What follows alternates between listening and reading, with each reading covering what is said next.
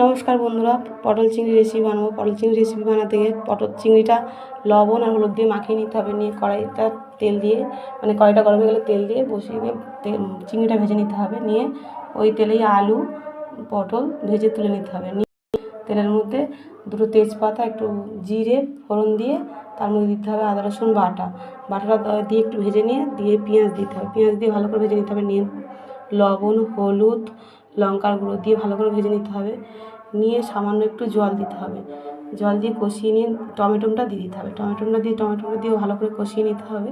নিয়ে চিংড়ি, পটল, আলু সব একসাথে দিয়ে দিতে হবে। দিয়ে ভালো করে ঢাকিয়ে রেখে কষে নিতে হবে। নিয়ে তেলটা ছেড়ে গেলে জল দিয়ে দিতে হবে।